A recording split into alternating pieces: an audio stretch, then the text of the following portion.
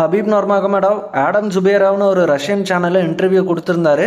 அந்த இன்டர்வியூவில் சொன்ன டீட்டெயில்ஸை தமிழில் டிரான்ஸ்லேட் பண்ணியிருக்கேன்.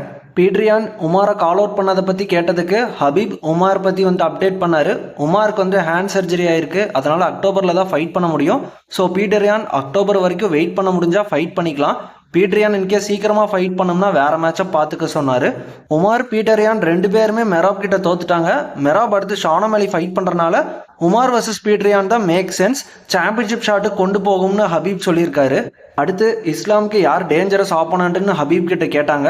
ஆர்மான் ஜெரிக்கினா இல்லை ஈலியா டொப்போரியாவான்னு. ஹபீப் ஆர்மான் தான் கம்பெட்டிட்டிவ் மேட்ச்அப்னு சொன்னார். ஈலியா 145ல செம ஃபைட்டர், ஆனால் 155ல எப்படின்னு தெரியலன்னு சொல்லிட்டாரு. அதுக்கு ஃபாலோ அப் கொஸ்டினை இன்னொன்று கேட்டாங்க. ஈலியா ஃபெதர் வெயிட் சாம்பியன்ஷிப் வேகேட் பண்ணிட்டு லைட் வெயிட்டில் உடனே இஸ்லாமை கால் அவுட் பண்ணுறாரு. நிறைய பேர் அதை கிரிட்டிசைஸ் பண்ணுறாங்க. அதை பற்றி ஹபீப் என்ன நினைக்கிறாருன்னு கேட்டாங்க. அதுக்கு ஹபீப் யூஎஃப்சிக்கும் ஈலியா டொப்போரியாவுக்கும் என்ன அக்ரிமெண்ட்டுன்னு எனக்கு தெரியல. இஸ்லாம் சைடில் ஆல்ரெடி அதுக்கு கிளியராக ஆன்சர் பண்ணியாச்சு. ஆல்ரெடி 2 டைம்ஸ் ஃபெதர் வெயிட் சாம்பியனுக்கு சான்ஸ் கொடுத்தாச்சு. 2 டைமும் இஸ்லாம் அதை வின் பண்ணியாச்சு. இப்போ 3rd டைம் சான்ஸ் கேட்குறாங்க. சரி, ஈலியா இஸ்லாமை ஃபைட் பண்ணுறாங்க, இஸ்லாம் வின் பண்ணியாச்சு. ஈலியா லைட் வெயிட்டில் இன்னொரு ஃபைட் பண்ணிட்டு அதுலேயும் அவர் அந்த ஃபைட்டை தோத்துட்டா ஈலியா லைட் வெயிட்டில் ஒரு ஆளே இல்லைன்னு இருக்கும். அப்போ 155ல ஒன்றுமே இல்லாத ஒரு ஃபைட்டரை பீட் பண்ண மாதிரி இஸ்லாம் ரெஸ்யூமில் இருக்கும்னு சொன்னார். இஸ்லாமுக்கு ரெஸ்யூம் தான் முக்கியம். இஸ்லாம் ரிஸ்க் எடுத்து ஃபைட்லாம் அக்செப்ட் பண்ணுறாரு. ஈலியாவை ஒரு கண்டெண்டர் ஃபஸ்ட்டு ஃபைட் பண்ணட்டும், அப்புறம் இஸ்லாமை கண்டிப்பாக ஈலியாவை ஃபைட் பண்ணுறதா சொன்னார். 2 டைம்ஸ் ஃபெதர் வெயிட் சாம்பியனை ஃபைட் பண்ணிட்டோம். ஒரு டைம் ஆஸ்திரேலியாலேயே போய் அவங்க பிளேஸ்லையும் ஃபைட் பண்ணியாச்சு. இப்போ 3வது வாட்டி ஃபெதர் வெயிட் ஃபைட்டரை ஆஃபர் பண்ணுறாங்க. இஸ்லாமுக்கும் 34 ஏஜ் ஆச்சு, நிறைய டைம் இல்லை. இஸ்லாமுக்கு இந்த ஈலியா டொப்போரியா, வோல்கனாஸ்கி, அப்புறம் லேட் ரீப்ளேஸ்மெண்ட்டில் வரது மொய்கானா மாதிரிலாம் ஃபைட் பண்ண விருப்பமே இல்லை.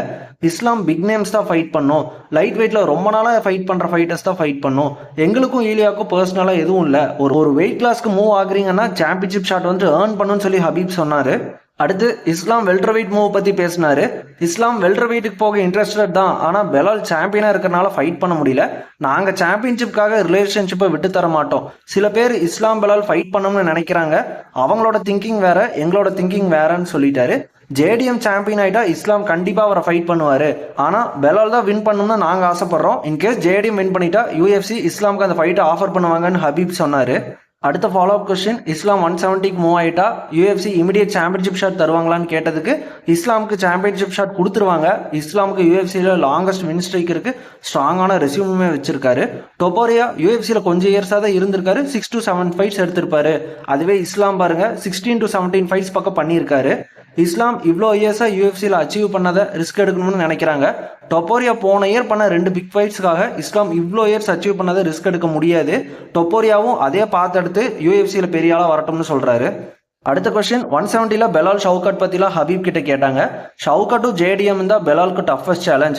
ஏன் எல்லாருக்கும் பெலால் மேலே நம்பிக்கை இல்லை? அவர் லாஸ்ட்டாக எப்போ தோத்தாருன்னே தெரியல. உங்களுக்கு ஒரு ஃபைட்டரை பர்சனலாக பிடிக்காம இருக்கலாம், அதுக்குன்னு அவங்க பேட் ஃபைட்டர் ஆயிட மாட்டாங்க. நீங்கள் ஸ்டாட்ஸ் தான் பார்க்கணும். அவர் நல்ல வின் ஸ்ட்ரீக்கில் இருக்காரு. பெலாலை தோக்கடிக்கிறதே கஷ்டம். ஏர்லி ரவுண்ட்ஸில் பெலாலை ஃபினிஷ் பண்ணலன்னா 25 மினிட்ஸ்க்கு பெலால் ப்ரெஷர் போடுவார். பஞ்ச் ப்ரெஷர்னு ஃபார்வர்ட் ப்ரெஷர் போட்டுகிட்டே இருப்பார்.